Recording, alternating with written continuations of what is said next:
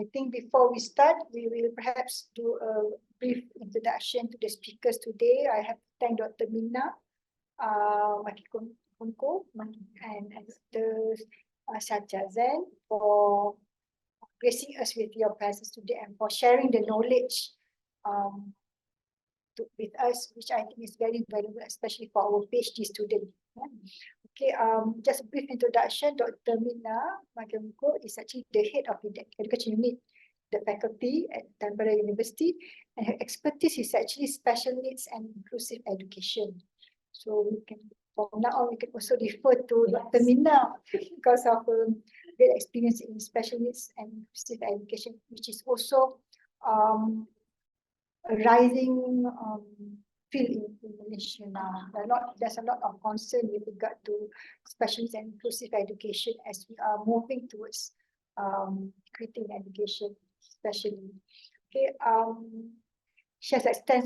you have extensive experience of working as teacher educator, an expert in university-based child and student-centered teacher education, teachers' professional development, assessment of teachers' competencies in different local contexts all over the world. And I think you have been involved in pre- and in-service special and inclusive education program, early childhood education. And also you have international and multicultural experience of education policy, strategy and system development. That's Dr. Minna. And our speaker is actually Dr. Satia Ven. Dr. Satia Ven is actually originally from Indonesia, right? And she has a long experience of being a teacher. Yes, I was. in Indonesia. And then I think she moved to Aceh, and that's where after that, before you pursue your PhD in Finland, right? In Tampere University under Dr. Minna, I assume she's a supervisor. So, and she actually did the study on identity construction in the context of international teacher program between Indonesia and Finland. So that's very good, lot of experience that she can share with us, especially because she has a direct experience with Finland, I suppose, in education. Your research interest includes teacher identity, narrative, qualitative research, resilient education, teacher professional development, and educational technology. So, and actually she's the program director for institutional partnership Yayasan Sukma. Okay. Currently, and she's also a researcher at Tampere University. Both actually of our speakers have very good publication in their own field. So it's also good for us to, after this, perhaps look at their publication and learn from them. So maybe without further ado, let me invite Dr. Minna. You may not be able to see all who are here. So I would like to invite Dr. Minna to start her presentation. Please, Dr. Minna.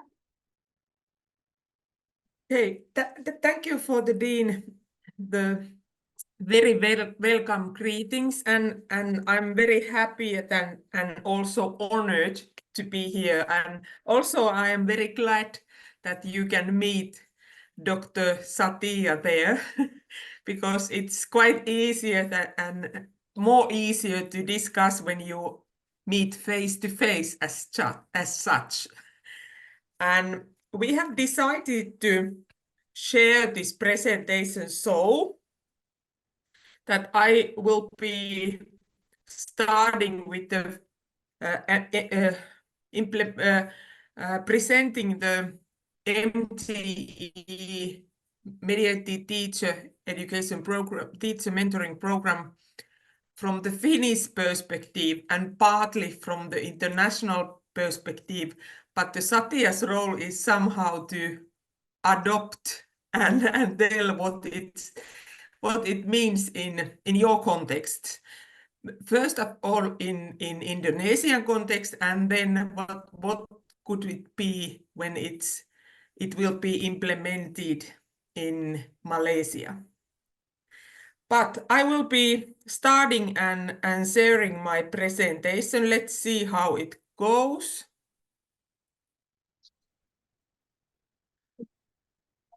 Okay.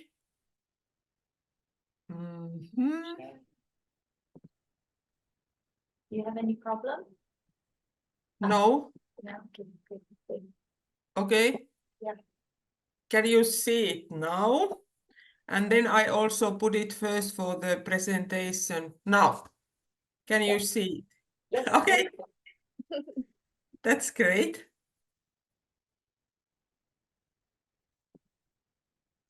Okay.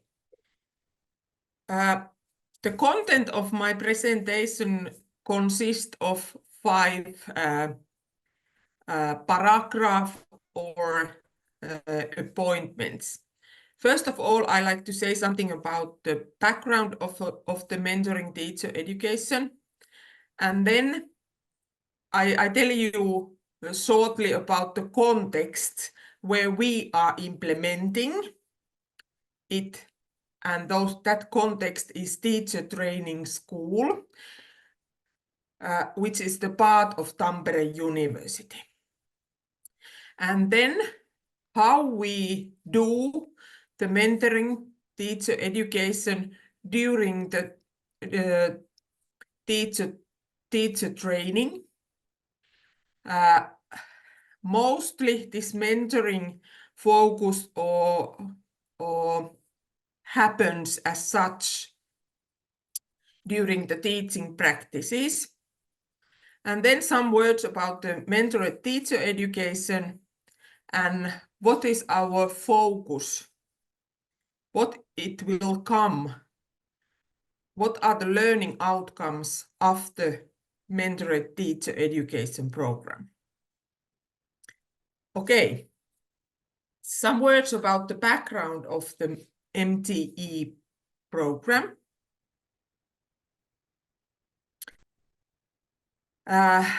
In Finland, the teacher education qualification requires 60 ETC pedagogical studies. Those studies have at least 20 studied in the teacher training schools. And the teacher training schools are part of the university in the Faculty of Education. That is very, very unique construction if we are looking at all over the world how the teacher education is implemented. And if we, our target is that we will be getting best result and qualified teachers. The collaboration between the faculty at the university and the teacher training schools staff is essential. We need to plan together, we need to implement together, and we need to assess together teaching practices, what the teacher students are doing in the teacher training schools. And when I'm saying that we need to plan together, it means that during those periods when we are developing the curricula for teacher education, also the teacher training school teachers are involved, part of this process. And then, as I told you, the teaching practice is very essential part of the teacher education and teacher qualification. As I said, the teacher's pedagogical studies is totally 60 ECTS, and 1/3, 20 ECTS is teaching practice. And this teaching practice practice periods are usually divided 4 or 3 periods during their studies. The master degree program for the teachers takes 5 years. It's meaning that they are having the teaching practices during the 2nd, 3rd, and 4th study years. They are not one part of it, they are not implemented once, but it implemented 3 or 4 times during their studies. And what are the working methods during the teaching practices?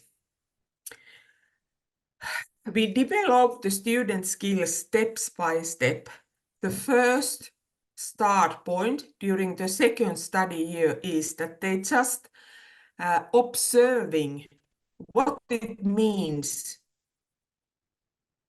to be the part of the school and learning. They observing lessons, they observing students' free time, their meal time, all of those activities what the schools are having.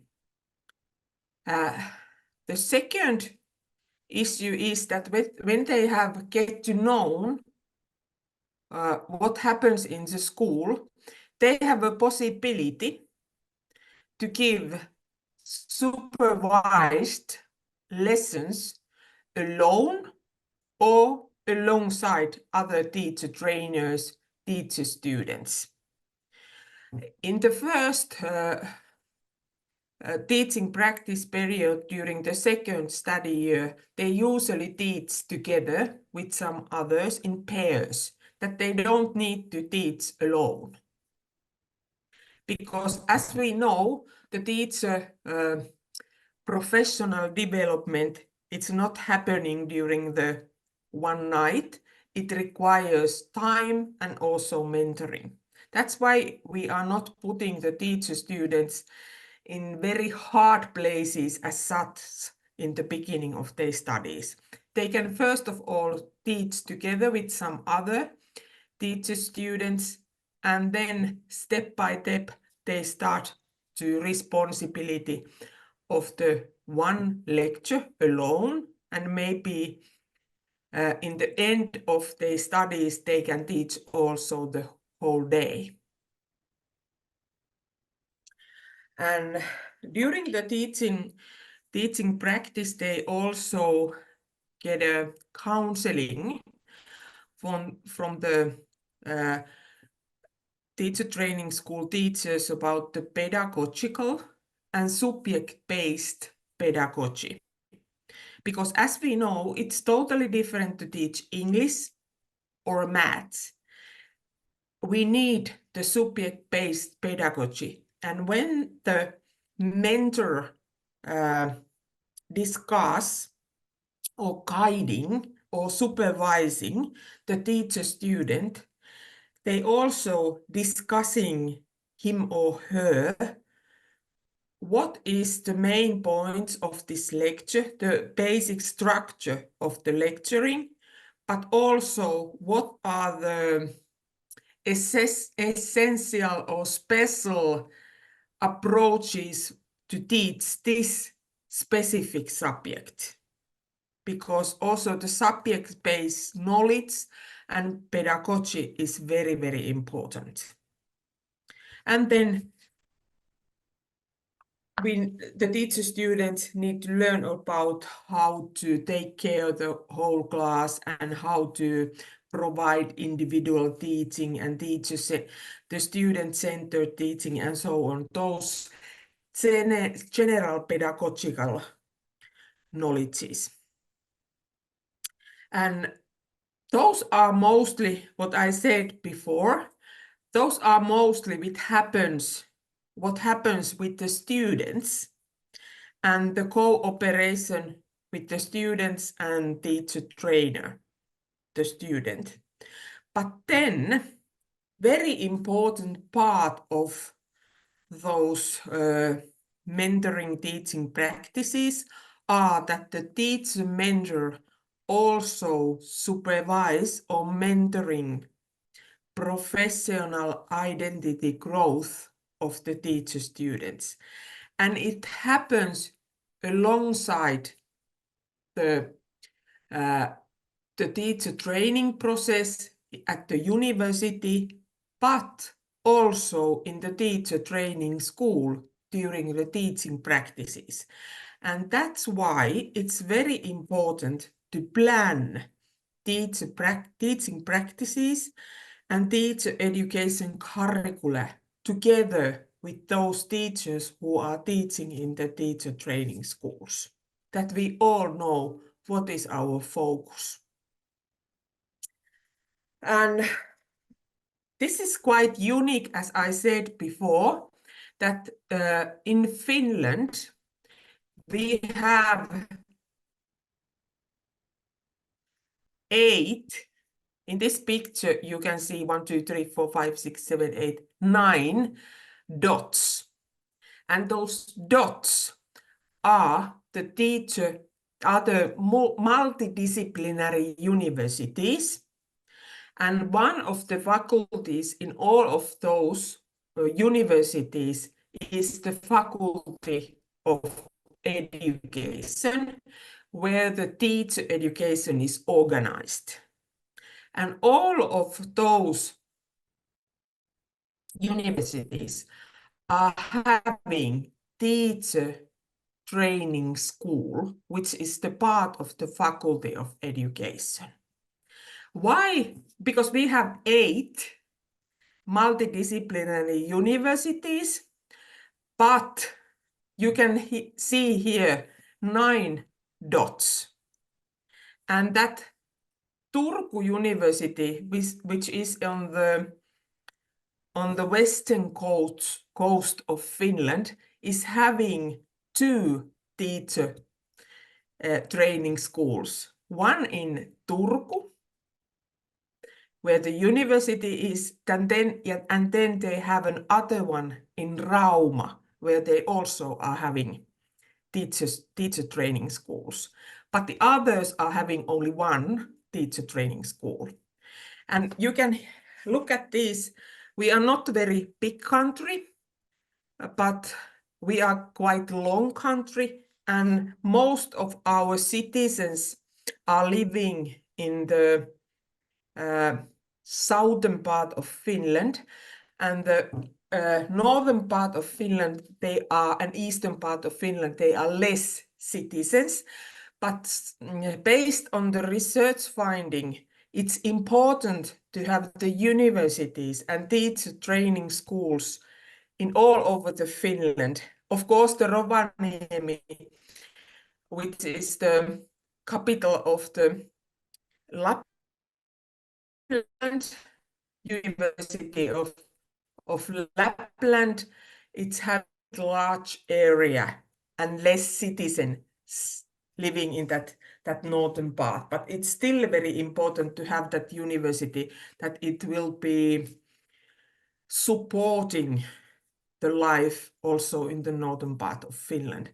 Because, as I said before, the research findings is that those teacher students who are teaching in the one university, like a University of Oulu, they usually start their working career after studies in that area where they have studied. That's why it's important that those universities is all over the Finland. Okay, what is the different from teacher training schools?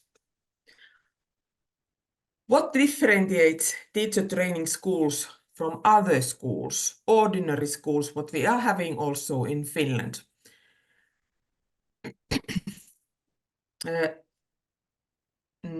The teacher training schools,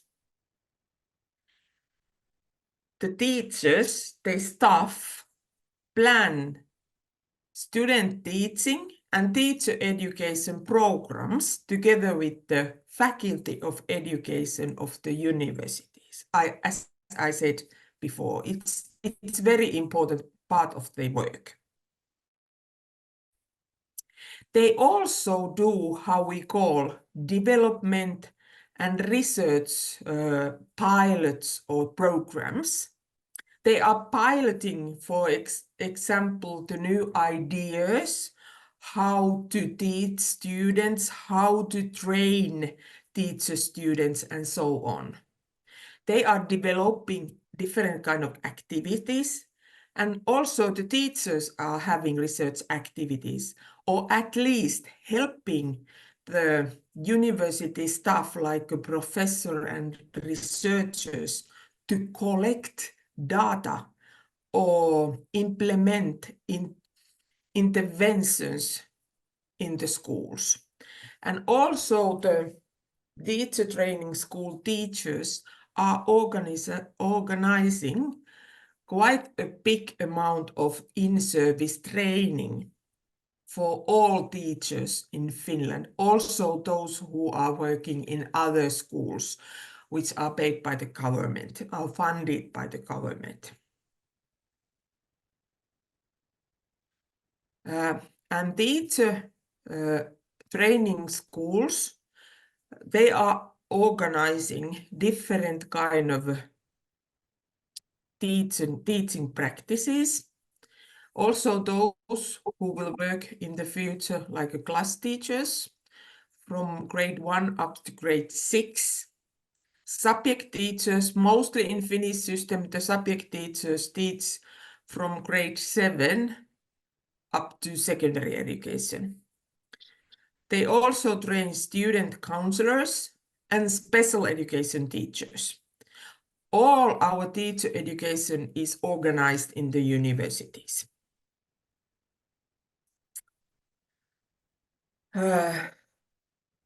What mentored teacher education? That was some kind of short explanation about the Finnish context, how we are organizing teaching practices and where the mentored teacher education happens or implemented as such. And what exactly the mentored teacher education means? It means that the teacher students will learn to give the lessons. And when it's mentored, it's meaning that you don't need to make a decision alone or take too much responsibilities. You can do it hand by hand, safely, together with the mentored teacher who is supporting you and guiding you as such. Teacher education MTE program means guidance discussions, which are organized individually between the teacher student and mentor teacher, or it can happen in the group discussions. Then teacher education MTE program also means that the teacher students are getting to know daily tasks, because teachers' professionality or teachers' work is not only teaching or planning teaching and assessment teaching. It's a full day work where you meet parents, you meet students, and maybe the multi-professional staff who is supporting the students when they are having the challenges in their school life. And also the teachers are having the work community, which consists different kind of professionals. In Finnish context, it means that we are having the school principal, the other teachers, and in all schools we are having also the school nurse, which is full-time there, or some days it depends on the size of the school. And then also the social service worker we are having in the schools. And on top of that, the municipalities are organizing the psychology services for the schools. And also teacher students are learning responsibilities which are typical for the schools. And those are also supporting the students or new teachers' well-being when they start their work, when they know their responsibilities, they know their limits as such, because teachers have got the educational education. It means that they are not doctors, they are not nurses, they are not social workers, they are not policemen, and so on. We have the professionals who are working in those areas. And when the teacher is needing help from them, they have to have possibility to ask. You are not the one who is doing all. You have to have the multi-professional teams who are supporting your work. And teacher students during the teaching practices are never left alone during the teaching practice periods. The responsibility of the students is also the qualified teacher, the mentoring teachers, who are the ones who are responsible of the students. That means that the teacher students are not teaching alone. At least the teacher mentor are sitting in the behind of the classroom where she or he is observing the lectures.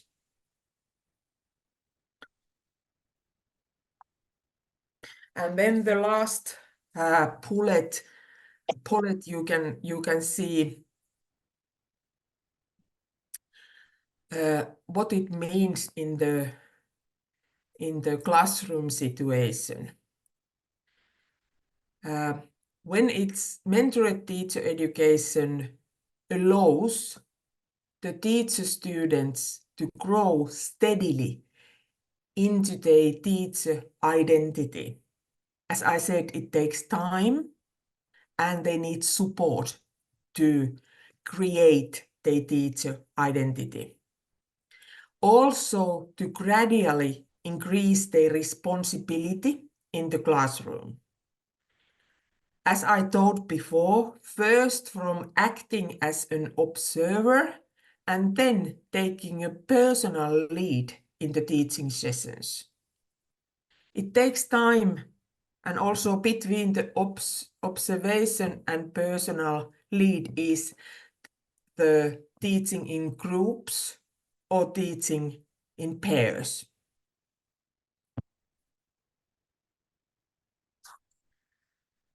Now, why we have seen, and we also have a research finding that why it's important to have that kind of mentors teaching practice, where we have the trained mentors who are supporting the teacher identity development. Mentored teacher teaching practice increase teacher students' motivation and engagement to learn how to teach subject knowledge and pedagogical knowledge. To increase understanding of students by mentoring teachers. To increase teacher students' independence and responsibility of learning process. To consider for teacher students' needs, to support ongoing improvement process, to foster a lifelong learning culture.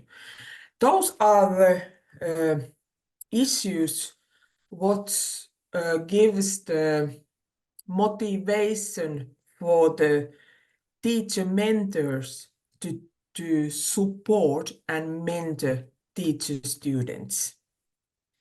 They get to understand that when the teacher students is coming to the classroom and giving to the lectures, they are not as such ready teachers.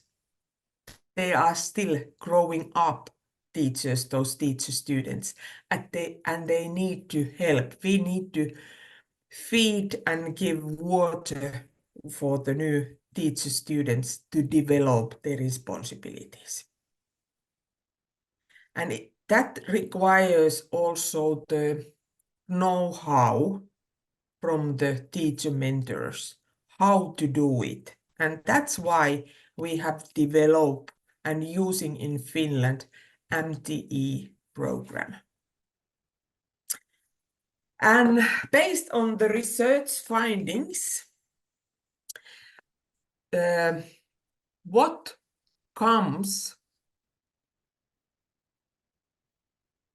are the learning outcomes for the mentor of the teaching program? Teachers who is motivated and committed, who has strong professional identity and self-esteem,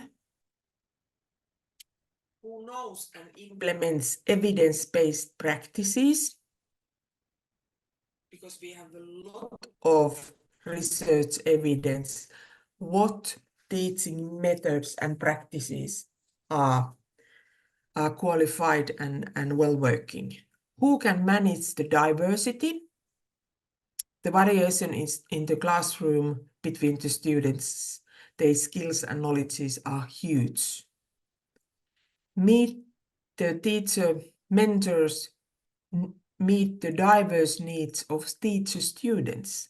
Also, the teacher students are having variation of skills and knowledges. They are not all in the same level. And also the teacher mentors who are trained by the MTE program has interaction, communication, cooperation, and problem-solving skills, which are very well needed and in the work life. Those are those work-life skills, what they should have and also teach for the teacher students. And this is some kind of final words. The aim of the mentor teaching practice is to bridge the gap between the pedagogic practical teaching and theoretical studies. Usually we think that the university you learn the theories and they are not very useful during the daily basis work in the schools. But mentored teaching practice is the tool or method which is bridging the gap between the practical teaching and the theoretical studies. Thank you. This was my presentation. And now I think that I'm stop sharing the screen and give the possibility for the next one. Okay, thank you, Dr. Minna. Very good presentation. So we will listen to Dr. Satia. Okay, and then after that we have a discussion. After that, is that okay? Yes. Yes, that's fine. Thank you. Satia, your turn.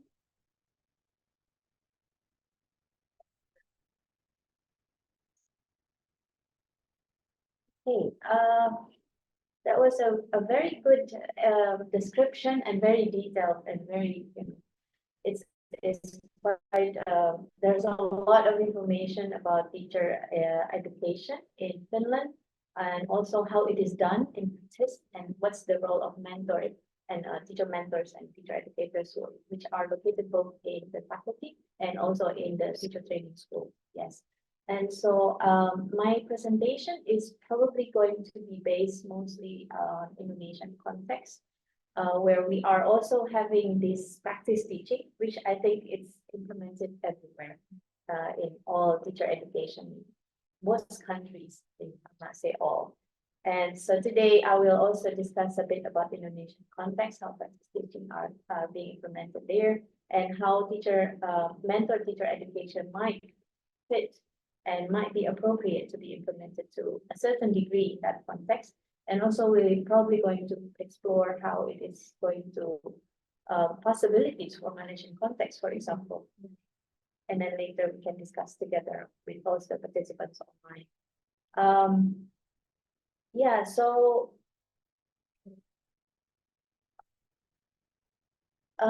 my presentation today, we're probably going to focus first on the teacher identity during mentoring and how is it being constructed or reconstructed for all those who are involved.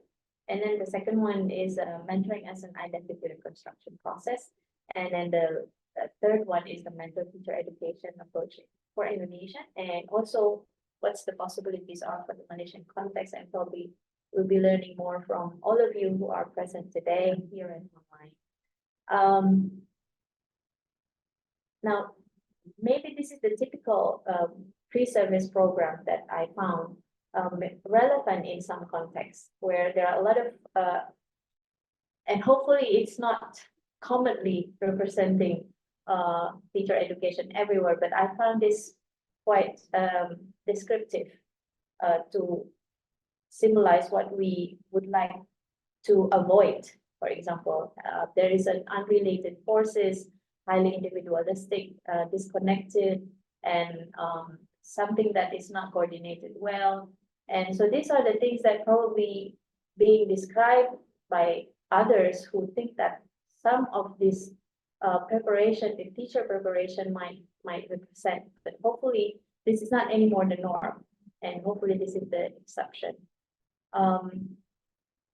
However, I will be looking at specifically the mentoring process, as Dr. Minna already described earlier. The presence of the mentor and the mentoring process is oriented toward teacher identity development in Finland.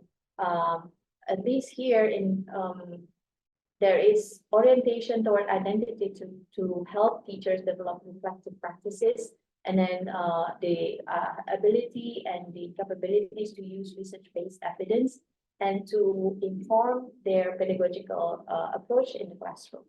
And so this, at least also from my own research, I found that teacher identity construction, which happens as a negotiation process in this sense, they are, I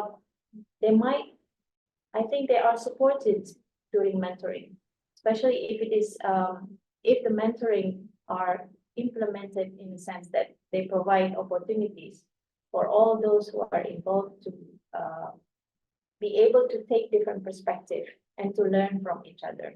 So then teacher as researcher identity, even though it can be related to different positions in this sense, or different roles, different perspective, and those who are involved will be able to gain new tools, for example, new way of looking at things, how to approach teaching and how to approach their subjects, for example. So these are the things that might be relevant and for their teacher identity construction during mentoring. In terms of identity reconstruction, it is a process that is probably, I would like to say that we're not really having one type of identity all throughout our life, but it is actually a dynamic process. So we can continuously reconstruct our identity, and then for that process to happen, we need to have at least the room, the space, and the supports and the relationship that will support dialogue. So in this sense, I'm using the notion of third space, where people who are involved in the mentoring process will be in this third space together, and so they can start reconstruct their identity. For example, student teachers are moving from being novice to become beginners, for example, and later on maybe they become experts throughout their career life. And teacher educators who are located in the faculty, for example, they could start as a theorist maybe, because they are mostly related to theoretical courses. And when they are involved in mentoring, they might serve as critical friends, they can be listener, and they can be fellow learners. Similarly, for teacher mentors, in Indonesian context, for example, we have teacher educators who are located in the faculty and teacher mentors who are located in the schools. So they are probably starting as practitioner, but when they are going into this mentoring process, they might also serve as listener, role model, and also the fellow learners. So these are all identities that might be related and might be possible if the mentoring process are organized in such a way that enable all those who are involved to be constructive identity. So this is probably one perspective that I'm trying to introduce, at least from in this respect, to the mentoring teacher education. Now, mentoring process, and that's probably the idea in the mentor teacher education and the possibility how that can be introduced into Indonesian context. Now, in Indonesia, at least in all educational contexts, university and school arrangement, as described earlier by Dr. Minna, are different. In Finland, for example, the university have a faculty of education, and all faculty of education have teacher training school. So it's kind of like a one unit. But in Indonesia, for example, we have faculty of education, and then some faculty have teacher training schools. But then since the student teachers are, the number are quite big, so it's not possible to have just one teacher training school. So sometimes we work together with local schools who are partnering with the university, and then the university will put their student teachers there in different schools. And this will require arrangement with the teacher mentors who are actually, well, mostly are actually just teachers. Sometimes they are senior teachers, sometimes they are expert teachers, but when there are none, sometimes they're just regular teachers who are not prepared to be mentors as such. So then maybe this concept of third space will need to be created in the ecosystem, such as ours, for example, in Indonesia. So we need to create this type of third space because we don't have ready arrangement as such in Finland. So this is something that we probably can use as a concept to support daily practices that are described by Dr. Minna, for example. So then it can support the mentor, the practice teaching to become more oriented toward teacher identity construction. So then sometimes I think this ecosystem of practice help the student teacher also to have a more consistent and systematic guidance rather than not related, and it was given piece by piece by the teacher educators and the teacher mentors. So that's why I think this creation of third space might be necessary in that sense. Because I think these two quotes probably can help us understand that the ecosystem of practice may enable and constrain certain practices. In Finland, at least the arrangement that they have support and maybe like enable a certain type of identity, which is the teacher as researcher identity. So they have a clear orientation on what are the practices and arrangements we'll orient toward. So this is something that we need to account context, because it might differ, the arrangement, but it's something that I think something that is doable in that sense. Now, in Indonesia, mentoring probably is associated with the traditional notion of mentoring, which is there is a transferring of knowledge, and the practice is based on the concept of AMONG system. It's called AMONG, based on our Indonesian education philosopher he is called Ki Hajar Dewantara. So he articulate this system Among in Indonesia. This is the quotes in Indonesian, but I made some translation. So the Among system is oriented toward cultivating and attending to and to support the well-being and by providing guidance and directions. So then there is that sense still of transferring not knowledge, but rather a guiding and guided practice in that sense. But then in practice, because the Indonesian context has no teacher training school, so there is organized as part of there is a practical courses that are created in teacher education program and also teacher certification program. So there are courses which include practice teaching, and this organized in different years as well. And it is implemented together by the faculties of education, together with the teacher training school. There is called lab school, and it is located associated with faculty of education.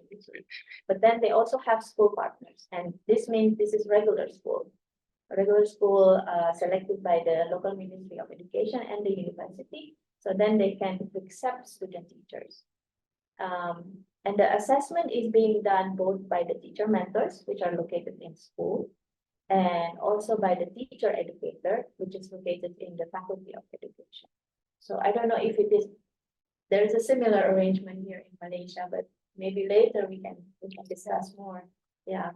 So the mentoring here in that sense is oriented toward developing and supporting new teachers for the accreditation. For example, in passing certain courses, they're gaining grades, and then then there is a standard that they need to achieve. And so the primary focus for the mentors it's mostly instrumentalists in the sense that they are the utility of the program is to make sure that the teachers or the student teachers are accredited and gaining the necessary credits and getting the grades. So this is, I think,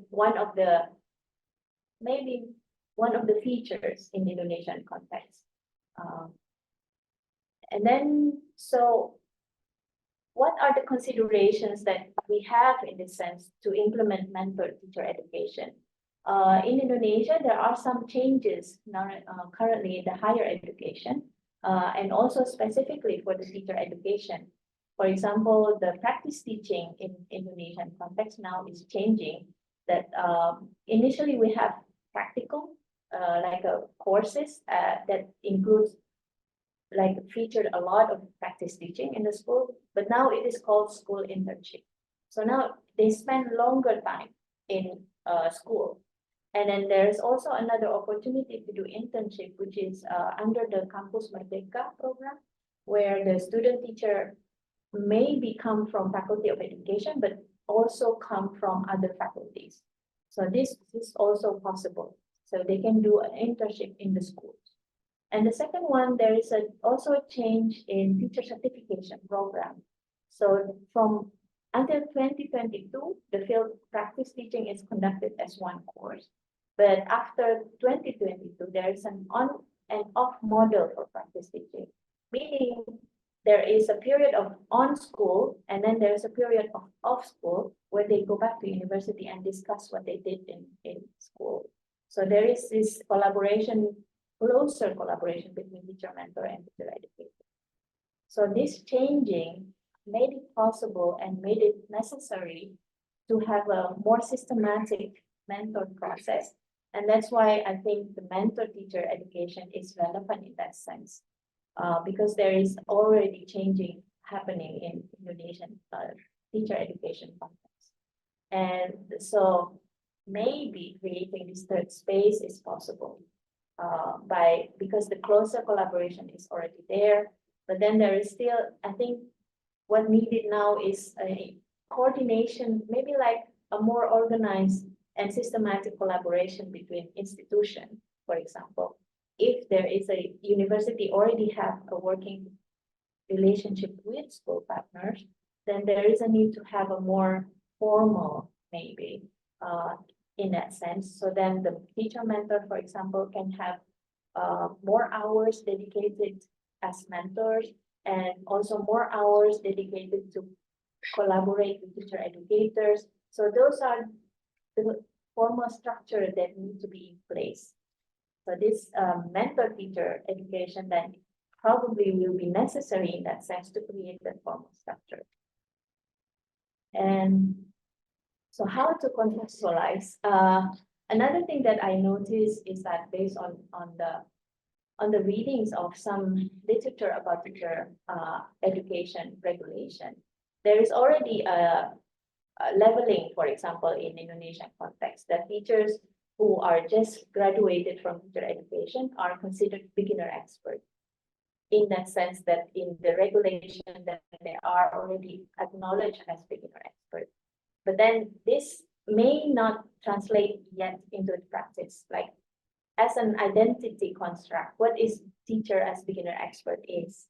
And so this needs to be researched, I think, and this needs to be articulated in a practice level. And then creating unified pathways.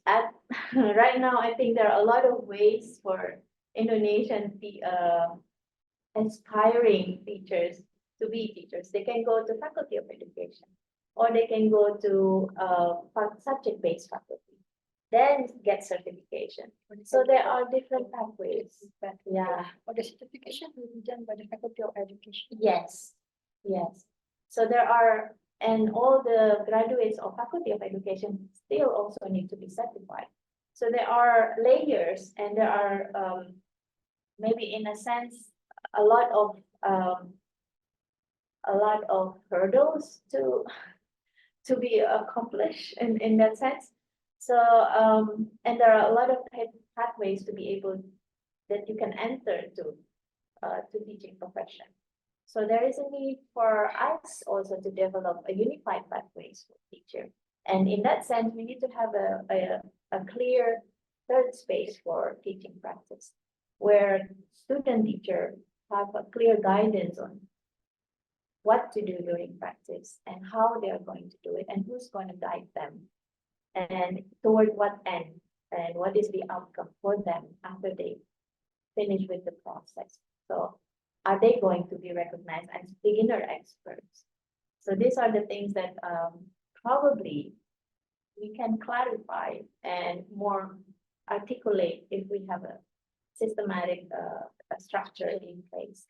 Yeah, and we recognize also, I realize that Indonesia is very diverse. So there's geographical and different financial, and the technology is also different from the suburb to the remote areas to the cities. So all this needs to be taken into consideration. And of course, there is financing also, but with the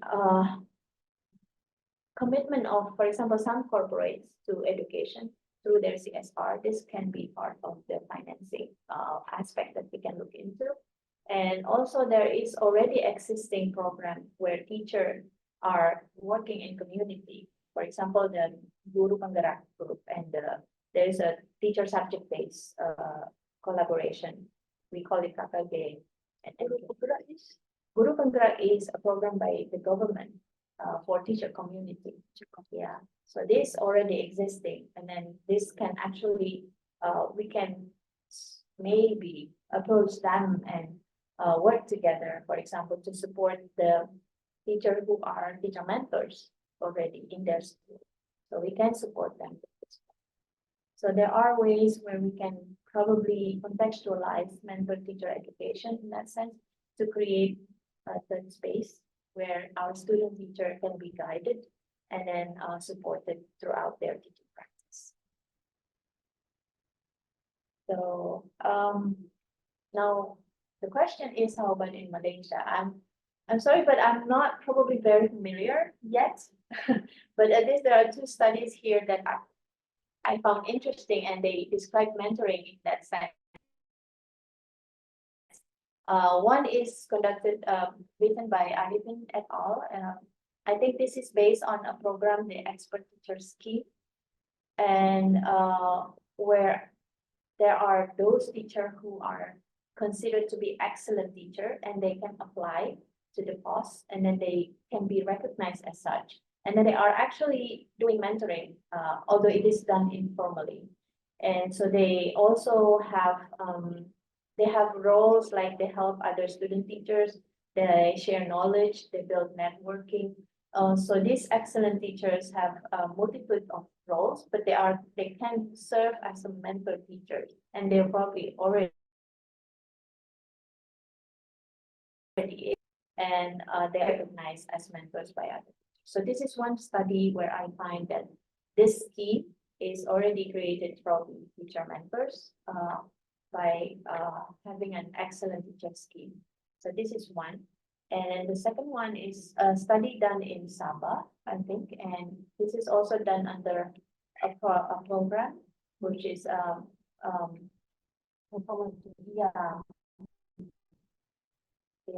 the district transformation program thing in the states of Kedah and Sabah. And the aim is to help introduce a specialist coaches and develop competence, metacognition and expert among teachers there. So that mentoring is happened there by the introducing of experts. So and I'm sure that the mentoring is also happened during the practice teaching, which is of course part of the teacher education program in teacher education in most countries. So this is just two studies which is based on a specific project on top of course the teacher the mentoring that is already happened during teacher education. So mentoring is conduction. There is assumption that one party will be the experts. Maybe it could be like the teacher, the excellent teacher or the SSCI experts. And then it's occurring both as formal and informal process. And then there is formal structures already. It could be like a project, reform initiative, and formal experts. And then the informal mentoring is already happened by those who are recognized as experts and also leaders. That's the excellent. This is based on the excellent scheme. So I think this is going to be the last slide, and we can discuss this also based on Dr. Minna's presentation and also how I tried to introduce contextualize NPE in Indonesian context. So what is the current identity orientation for mentoring in teacher education and professional development, for example? And then, for example, how do student teachers are guided and mentored? Is there any specific identity orientation that are currently used, for example, in Malaysia? And then how are the current practical arrangements? How do the university and the schools arrange practice teaching? And also, how is this arrangement influence student teachers and teacher educators and also teacher mentors? Maybe their identity, maybe there are different identity that they are negotiating during that time. And also the last one is how this practical arrangement are organized between university that may create third space, for example, to support this identity, teacher identity. So these are probably just some initial questions that I'm also curious about, and we can discuss with you and also with other participants in online. And I think this is the end of my presentation.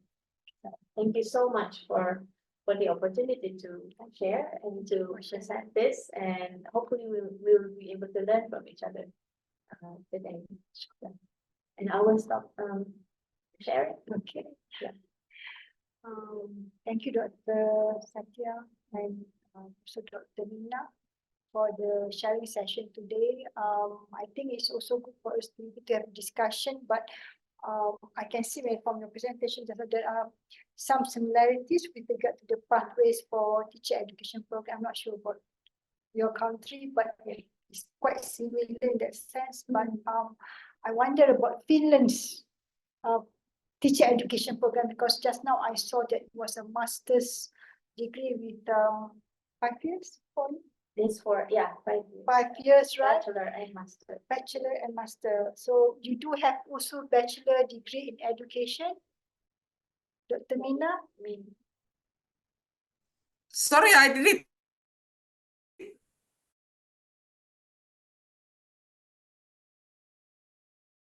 got properly. Do you have a You have a yes, education program in Finland.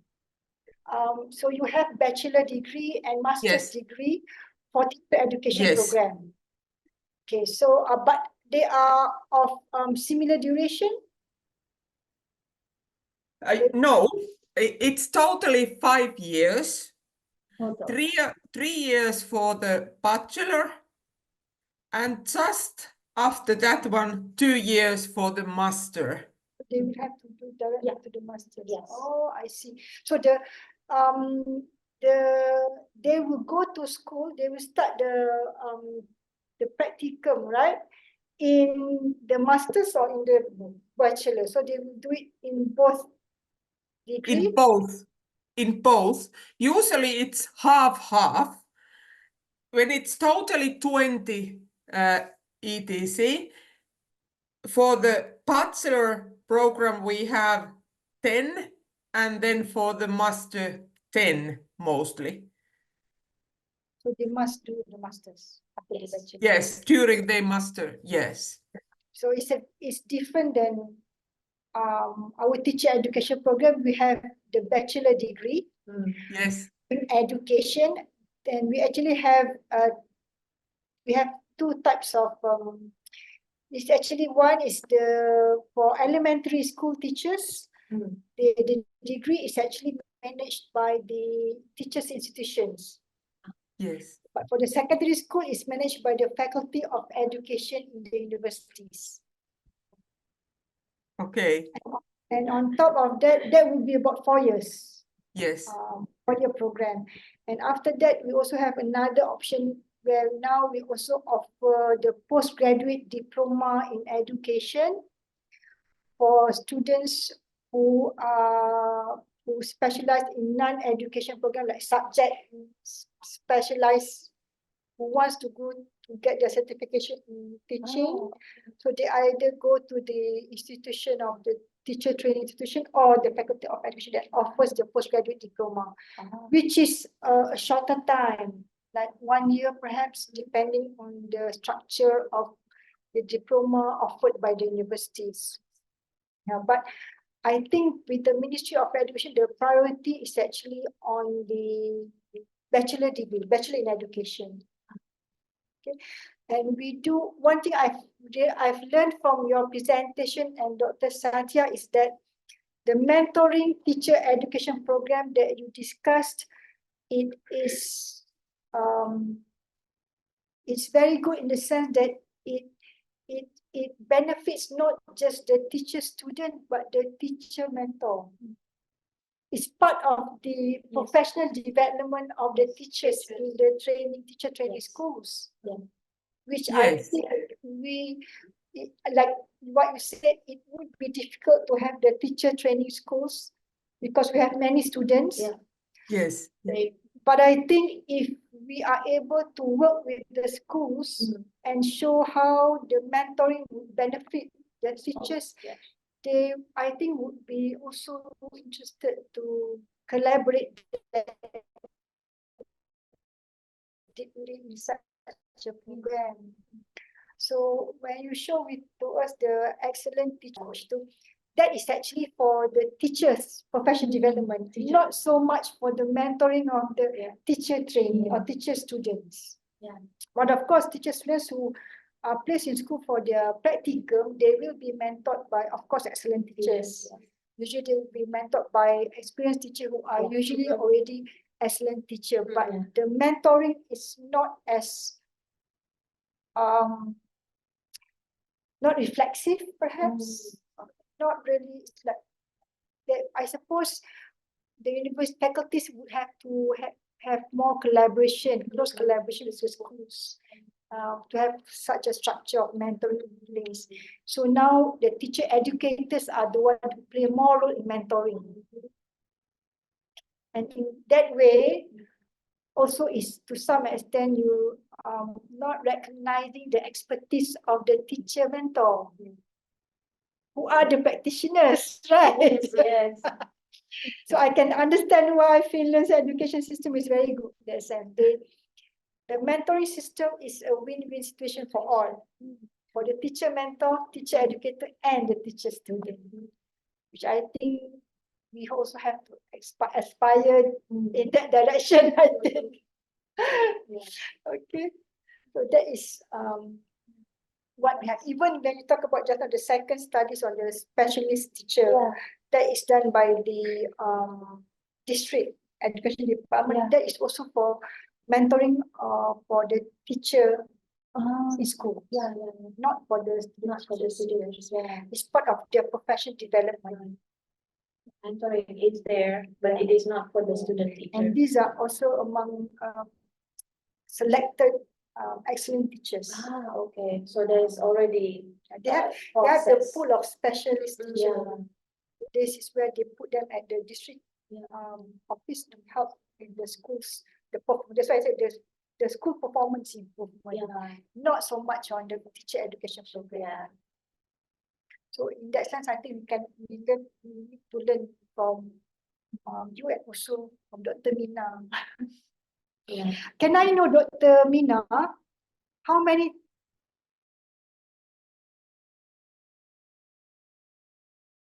teachers? Basically, we are having one, but we have I don't know what is maybe Dr. Satia knows what is the best way to explain that. We have the one school, but it has grades from grade 1 up to grade 12. They have from even kindergarten, I think, from early childhood. Yes. Some, in some they started from early childhood all the way to secondary school. So all the teachers in this one school are teacher mentors. So they work together with the teacher educator in the faculty because it's a special school. There is only one for each faculty. And you mentioned that you started with like sort of like team, more than one teacher student. Working with the teacher mentor, and slowly when the teacher mentor feels that the teacher student is ready, then they are allowed to work in it, right? So how many teacher students does one teacher mentor have to manage? How many? I can say that the best or the ideal amount of the teacher students are 4. But for example, in the first teacher practicing period, when they are doing observation, the one teacher mentor can have even 8. Just observation. Observation. But mentoring is 4. Is 4. That's the ideal. This is the same for the school counselors. They are less usually because we are training less. I think that's understandable. It's very ideal for us. Yes, numbers is always a challenge in both Indonesia and Malaysian context. That's true. Another question I want to do is what is the nature of the collaboration between the teacher educator and the teacher mentor? Yeah, that is somehow quite challenging, as you know, but still we have, for example, that kind of position. It's in Finnish context, it's possible. We have, for example, the one art teacher who is teaching partly in the teacher training schools and about 50% at the university. She is teaching teacher students and then also the students in the schools. And then we are also organizing some kind of, how you call it, parties or in-service training or well-being days or whatever, where we informal way meet each other. And also we are applying money for the development and research programs together, and then it means that we are implementing together, and also we can do so that we are inviting teachers from the teacher training school to lecturing at the university and vice versa. We go for the teacher training schools and giving the lectures or guiding the discussion about some issues which are very important for them and they like to know more. We have formal and informal cooperation. Are all the teacher mentor in the teacher training schools, what are their qualifications? Is it doctorate in education? Some of them. Some of them. I can say the average is something like 1/3, 30% of the teacher training teachers are doctors. But most of them having at least a master degree in one subject, or some of them can have even 1 or 3 subjects. They are mostly quite highly educated, yeah. That explains it. That explains why they're like just like peer experts. Yes. Yeah. I think we Yeah. also have some questions online. Is it okay if Yeah, we you can share take, it? Yeah. For You can example, open I the think chat. here, can you see it, Minna? Yes, I can. Yeah. Oh, very difficult questions. I will be getting the Nobel Prize if I can answer those. Yes, this is everyone's question. Yeah, I think that it's some kind of constant long development process. What have led us for this situation, what we have in our school system. Maybe Satia can, Dr. Satia can say something like a foreigner. Finland. From his foreigner perspective. Well, I think at least I've been living in Finland for 6-7 years, and I've been interacting with a lot of teachers, including teachers of my daughter. So one thing that I recognize is that they're very highly authoritative, and they have autonomy to decide pedagogically what they want to do and what they want to do in the classroom, and they're experts in that sense. So based on that interaction, I think we kind of like respect them because they are really professionals. They're really experts in the classroom. And this identity as experts is, I think I heard it a lot every time when we have the program with Finland, for example, for Teacher Indonesia, which I organized before. Dr. Minna, for example, continued to say, you are the experts. And our teachers are not used to that. Yeah. As expert, because they think becoming an expert means you have to study very long, very hard. But if you do like daily observation on your students, you are an expert on your students. And yes, we do have to support them with tools and tools to observe and perspective, theoretical perspective maybe. But I mean, if you are interacting with your students every day, then you become an expert in that sense. So that's something that I think this identity as expert and as a professional, and also, yeah, So they're not just implementing curriculum, but they are also researching about the curriculum and how to implement that in the classroom. But that could also be dependent on the nature of the system of education, which I think, for instance, in Malaysian perspective, in Malaysian aspects, we are trying to move from bottom to top, but it's still top to bottom system of education. So I know in Finland it's very different, right? But in Malaysia, we are slowly trying to empower the teacher. We say we want to empower the teacher, but then you can see that they still have to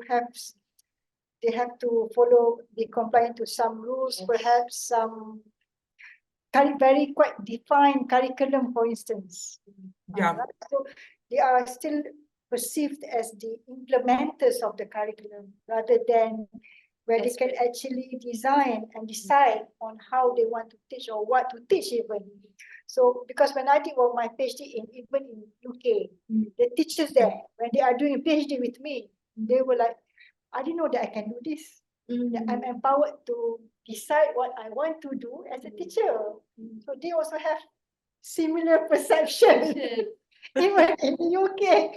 So I think it is difficult for the teachers to see themselves as being the empowered. Although we tell, okay, teachers are empowered, they can do this, but and at the end of the day, they have to do certain.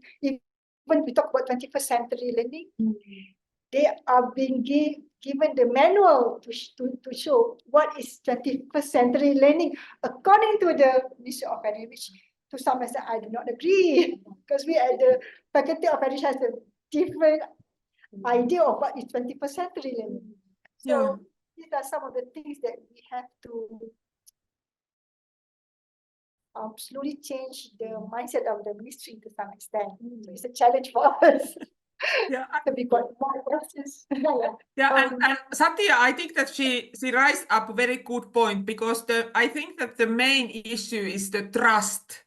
The teachers, the parents are trusting teachers, and when the parents trust teacher, also it has an effect. It transfers to the children, to the pupils, that they also trust. Sometimes we are troubling on it, because parents are just thinking that it's your responsibility as a teacher to teach or educate that child that it's capable to be the good member of the society. But they are just giving too much for the teachers. There's a question that's not. There is also a question from go up. There is the one about development activities. So maybe Dr. Minna, you can explain what does that mean by development activities? Of course, it's difficult to say where I said it, but usually development activities is that, for example, when we are thinking about the student teachers' identity, how they develop their identity to work as a teachers. It happens step by step. We need to start from the bottom as such. As I told, we first just giving them the possibility to do observation. They don't need to act as such by themselves. And then the next step is that we first, for example, ask them to teach one lecture in pairs together with some other teacher student, or even together with the teacher mentor. They can teach together, that it's they feel to be safe. And when I'm meaning the development activities, I also know the right terms. That, for example, mathematical skills. they are developing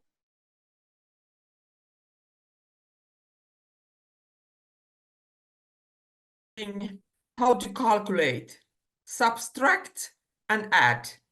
And then top of that, you can develop the other activities. So maybe I need to Salim Semi can explain a bit more. Is the answer satisfactory? Yeah, I think so. Okay. What does next one means? Is the MTE used to out in all fields? What fields? In all studies. Maybe it's like in different profession. Yeah, in different profession. like medical doctors or Engineering maybe, or or technical, or it's like, do other profession have a similar process like mentor teacher education? mentoring, The mentoring, the discipline, the program, the system of mentoring. yes, I think that they all are having in Finland as such, but it's in different way. In teacher education is more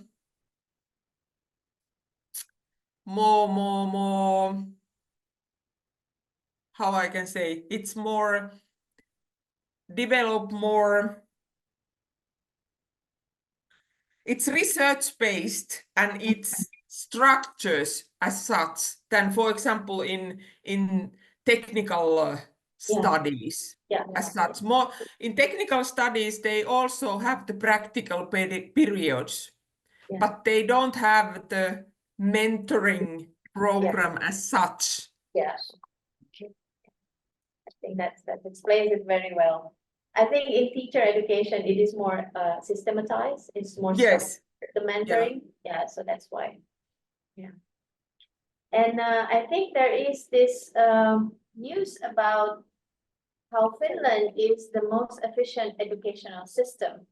And I think Dean would like to ask for your insights or views about this. Another study, I think from Ule, Minna, it's a news in Ule that said that Finland has the world's most cost-efficient education system. Well, it's of course these are important questions, but they are also it's very difficult to explain it shortly because they have so many approaches or dimensions what it means and many kind of and different level of effects. And for example, when we are talking about the current education system, which is based on the ideas of inclusive education, we started to develop it over 50 years ago, 1970. Still have a long way to go to reach 50 years. We still have a long way to go, Dr. Minna. Yeah, but I can tell you that we have made some mistakes, but we have learned from them, and now we can help you to avoid that kind of mistakes. So we've got next question by the Putri. I think the next question, how is Finland how is Finland preparing its teachers to meet the demands of an increasingly global and digital world? Oh, this is another Nobel Prize. It is really, for example, at the universities in Finland, the universities in Finland, they are all public universities as such. And they are all multidisciplinary universities. But what we are doing, we are changing, can I say so, curricula after 3 years. For example, we are just now in the end of the the current curricula, we have had a 2-year development process, and we will be starting to implement the new curricula in the beginning of the next study year, which will be starting in the end of August this year. For your teacher education. For teacher education, yes. And this is And- changing. Yeah, and it's changing in accordance to the changes of school curriculum as well. every 10th year. Yeah. Everything. 10 years period, yeah. And now we are also in the middle of many processes, because we are also now, we are going to change our, how you say it, I don't know exact, well, maybe Satia knows, it's the basic education law. Yeah. So the Education regulation, policy. yeah, the education policy, yeah. Yes, and law for the high school education. We are also changing it. And also the government is collecting the comments from the universities. We have written this spring something like 5 comments for the new draft papers for the new laws or regulations. And for example, how to meet demands. For example, in our faculty, we have hired new professors. One of them is the professor for game-based learning. Yeah. And the other one is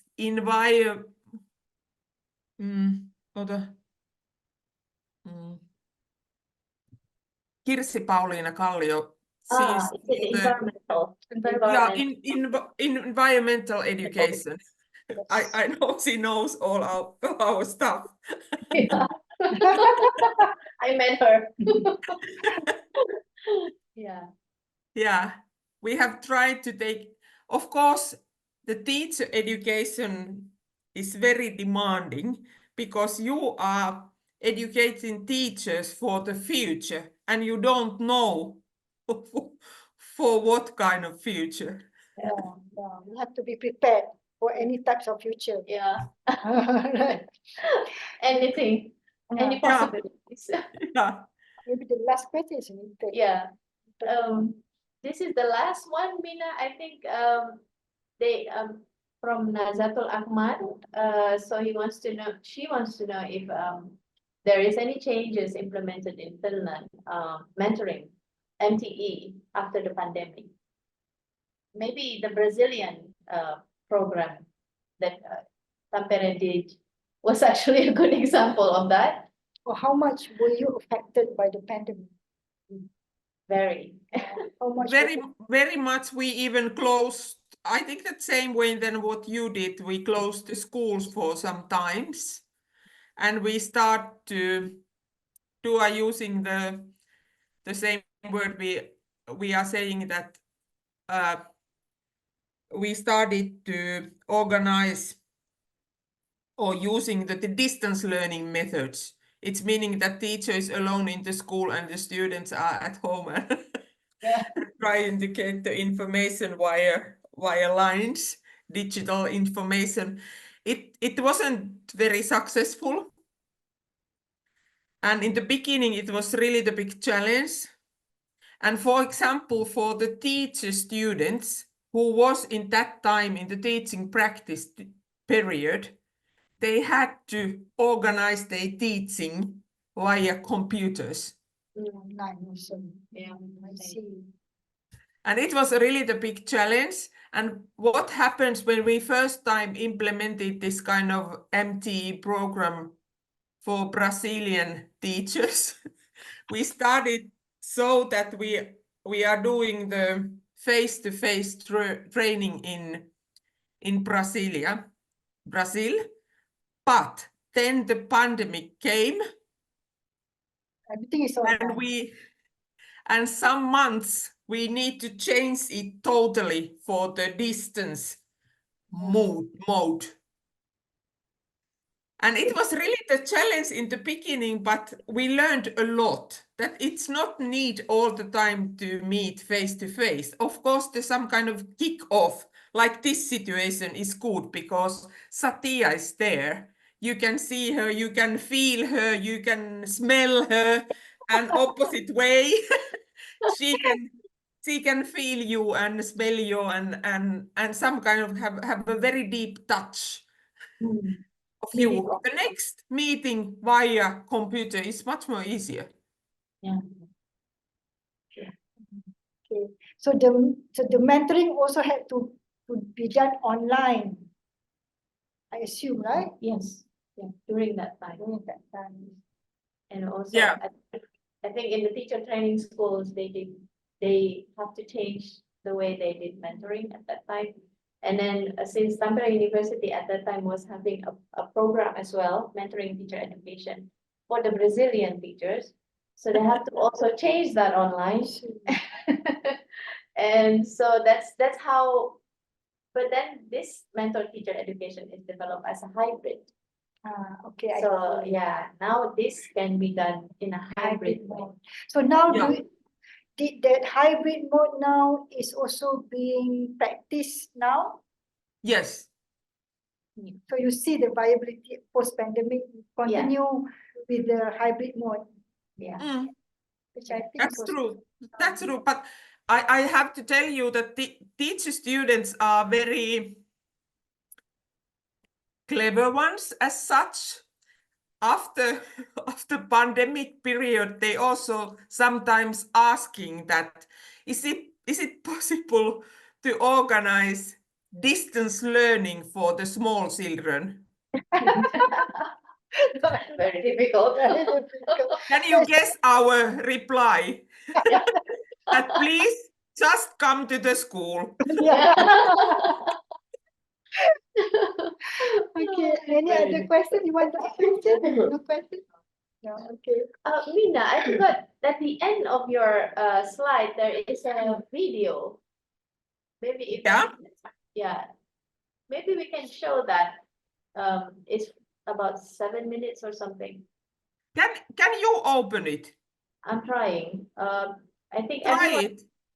I don't think I can. Wait. Let's see. Open link.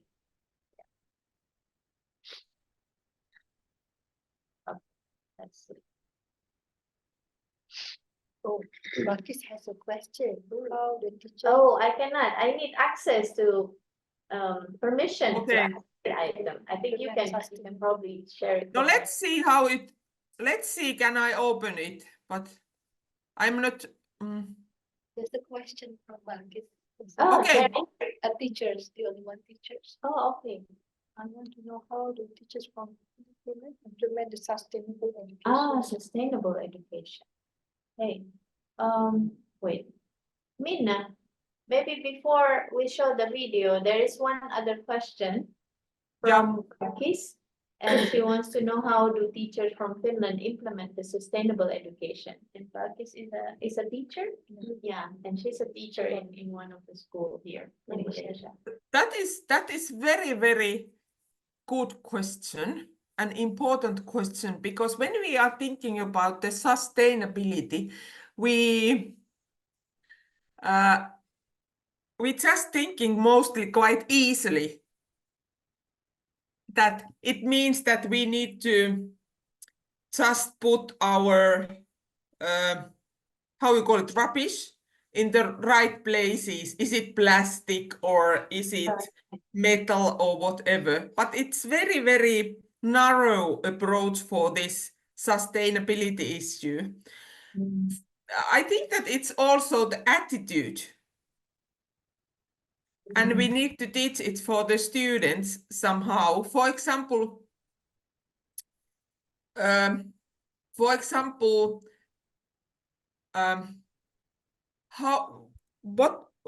it's very difficult to say, but it's sustainability means also how you meet people, how you respect them, but also how you take care of the nature where you are living.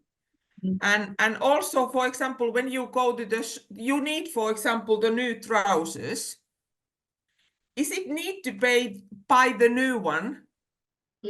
Or can you just repair or just, how you say it, renovate the old one? Maybe they have a holes or whatever.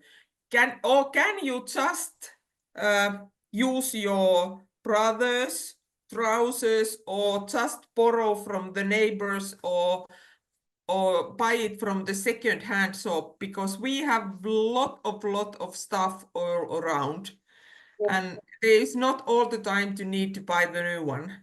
And also, when you are traveling, are you especially in Indonesia, in Jakarta, you know this issue.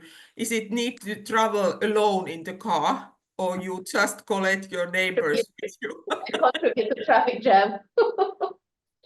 And when you are planning your summer or the holidays, are you traveling abroad, or you just get to know betterly your surroundings? Yeah. But those are the issues, how to teach from the children. I think that it have to be some kind of daily basis habits, what you are teaching for the children. Yeah, responsible consumption. Yeah. Yeah, that is true. Okay, we can try it. Let's see what happens.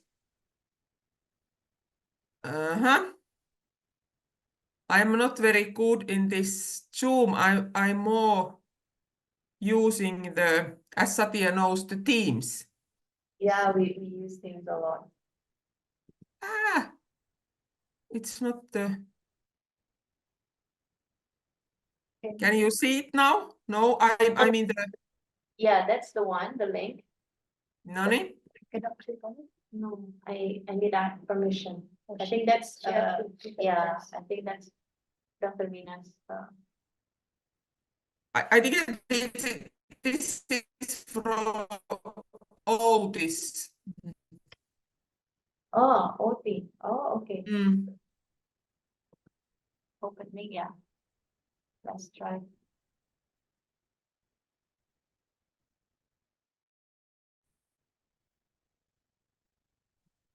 It's supposed to take you to the a website from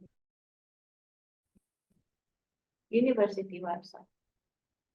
You can't hear the voice. Can you? No, and it's not showing. Or maybe she has to change. Maybe her you need to screen. change the screen. Maybe.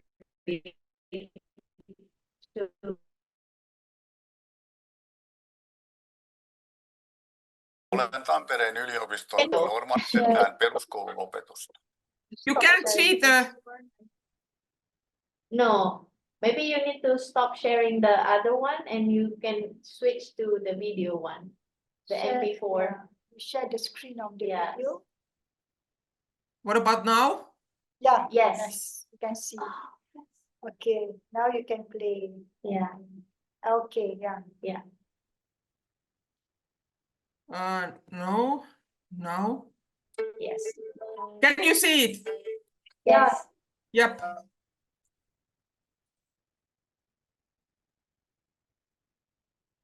Hei. Olen Tampereen yliopiston normaalikoulun johtava rehtori Vesa Toivonen. Tervetuloa tutustumaan Nekalan koulutaloomme, jossa meillä järjestetään peruskoulun opetusta, johon kuuluu alakoulu ja yläkoulu. Molemmilla asteilla on oma vastuurehtorinsa. He vastaavat käytännön koulutyön johtamisesta, arjen käytänteistä ja työn organisoinnista. Koulumme kuuluu myös lukioon, mutta se sijaitsee yliopiston kampuksella. Oppilaita meillä on kaikkiaan noin 600 ja henkilökuntaa noin 70, josta suurin osa on tietysti opettajia, mutta myös muuta henkilökuntaa kuuluu siihen. Nyt toivotan teidät tervetulleeksi vielä kierrokselle tänne Nekalan koulutaloon ja toivottavasti se on antoisa.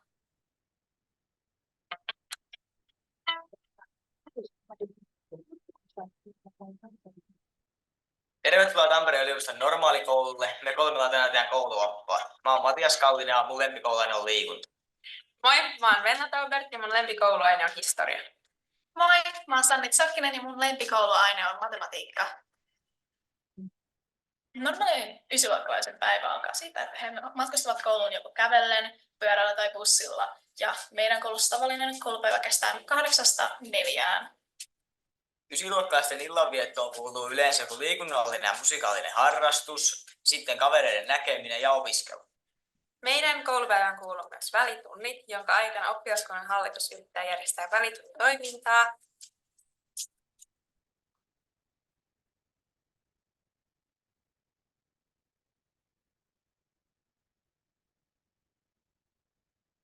Me ollaan nyt pienten puolella ja tämä on meidän koulun uusin rakennusosa. Ja täällä on 1–2-luokat, jotka on 7–9-vuotiaita. Ja tällä puolella toimii myös koulun jälkeen iltapäivätoimintaa. Eli jos vanhemmat ei pääse hakemaan heti koulusta lapsia, eikä ne voi olla yksin kotona, niin ne voi jäädä tänne leikkimään.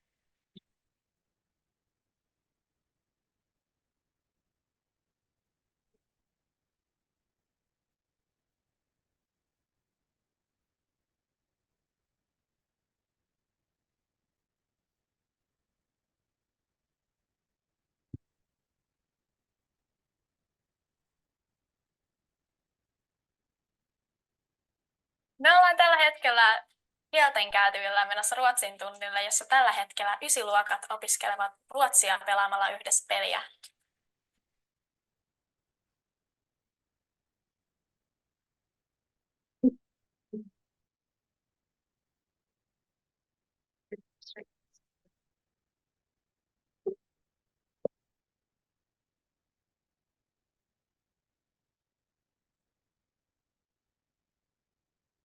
Me olemme nyt meidän koulun B-käytävällä menossa katsomaan 9-luokan biologian tuntia.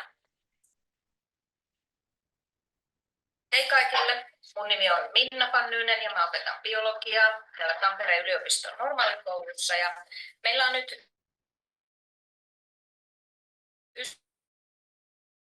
ysiluokkalaisten kanssa ja rukoa tässä niin kuin yhteenvetojuttu.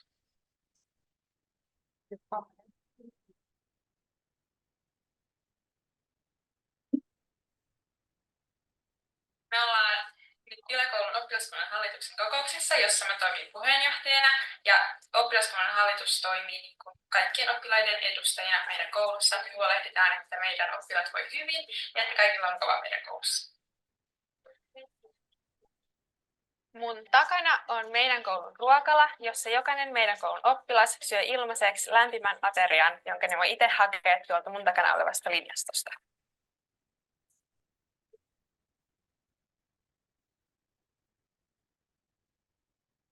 Nyt me ollaan matemaattisten aineiden käytävällä menossa 7-luokkien fysiikan tunnille.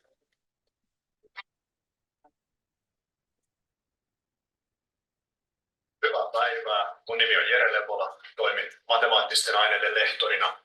Opetettavat aineet on fysiikka ja matematiikka. Tänään me kerrotaan lämpöopin kokeeseen. Tässä on 7A ja 7B oppilaita. Ja meillä on aiheena lämpöilmiöt.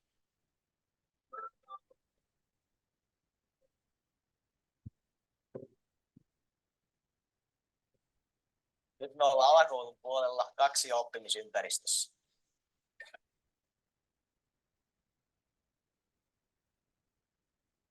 Hei, mä oon Tuomo Tammi. Mä oon luokanopettaja ja opettajan kouluttaja tässä Tampereen yliopiston normaalikoululla. Me olemme nyt tämmöisessä 2 oppimisympäristössä, joka on tällä vyöhykkeen rakennettu vähän uuden aikainen oppimisympäristö, varustettu laadukkaalla teknologialla ja mietitty aika tarkoin, minkälainen on tulevaisuuden luokkatila. Ja tällä hetkellä täällä 6-luokkalaiset opiskelevat matematiikkaa. Menossa on pieni pistetyöskentelytilanne, jossa opetellaan suurentamista ja pienentämistä.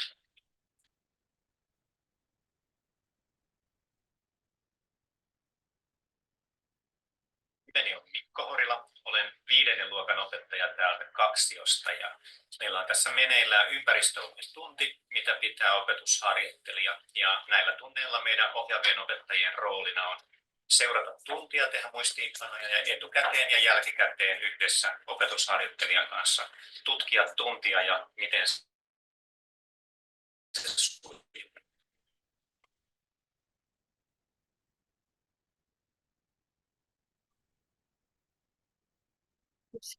Mä olen Hanna Virhiä-Särkäs ja toimin erityisopettajana. Se, mitä erityisopettaja tekee, on tietysti auttaa oppilaita sellaisissa asioissa, missä heillä on vaikeuksia. Eli esimerkiksi lukemisessa, kirjoittamisessa, kielellisissä vaikeuksissa, matematiikassa, tarkkaavuuden ja keskittymisen, käyttäytymisen ongelmissa.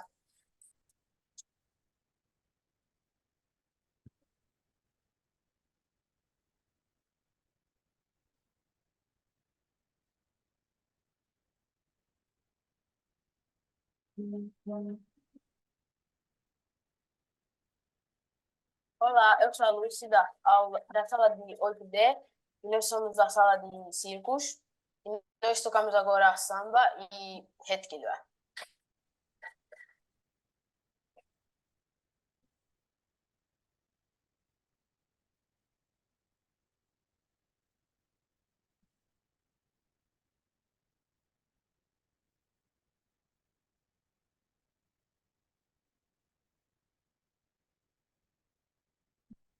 Thank you, Dr. Minna. Very good video to share with us. Now you want to go. Yeah, you are very welcome to Finland. Yeah, we will try and arrange it. That's interesting. Yeah. Take a screenshot. Yeah. Maybe we can take a screenshot first of everyone here. For sure, yes. Wait, should I use my, is it okay if I use my computer? Yeah, okay. So everyone is, can everyone open the camera? If you want to open the Yeah. camera, you can Open your camera and so we can, if you want, and so we can take a picture of everyone here today, online, sorry. Okay. You want to come in? You want to come Yeah, please. Rina is there. Yeah, okay. Come.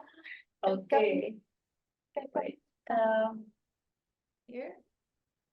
Can come in. Okay.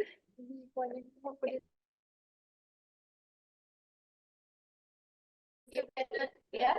So, oh, sorry. Okay. All right, everyone. 1, 2, 3. Smile. We usually do that for safekeeping. 1, 2. All right. Thank you so much. I will Thank you, show everyone. this in the chat. Yeah. Okay, thank you. Yeah. Thank you very much, Dr. Minna. Thank you, Dr. Satia. We will soon meet again. If you invite us, Yes. we'll have to go. Let's hope that I like to come there, and I also invited We will do some Finland. resume later. Thank you very much. Yes. Okay. Thank you so much. Thank you Bye everyone for bye. attending and joining us. Thank you. Thank you, everyone. So I will end the session and thank you everyone for coming and goodbye and have a good evening for everyone. Lisa, remember that we have a midnight sun now. In the middle of the sun. It's still very light. Yeah. It's still very light, and the sun won't go down during the night. Only for Until some hours. 12. Yeah, 11. It's still very bright. It's very, very warm and bright. Okay. Thank you. I'll leave the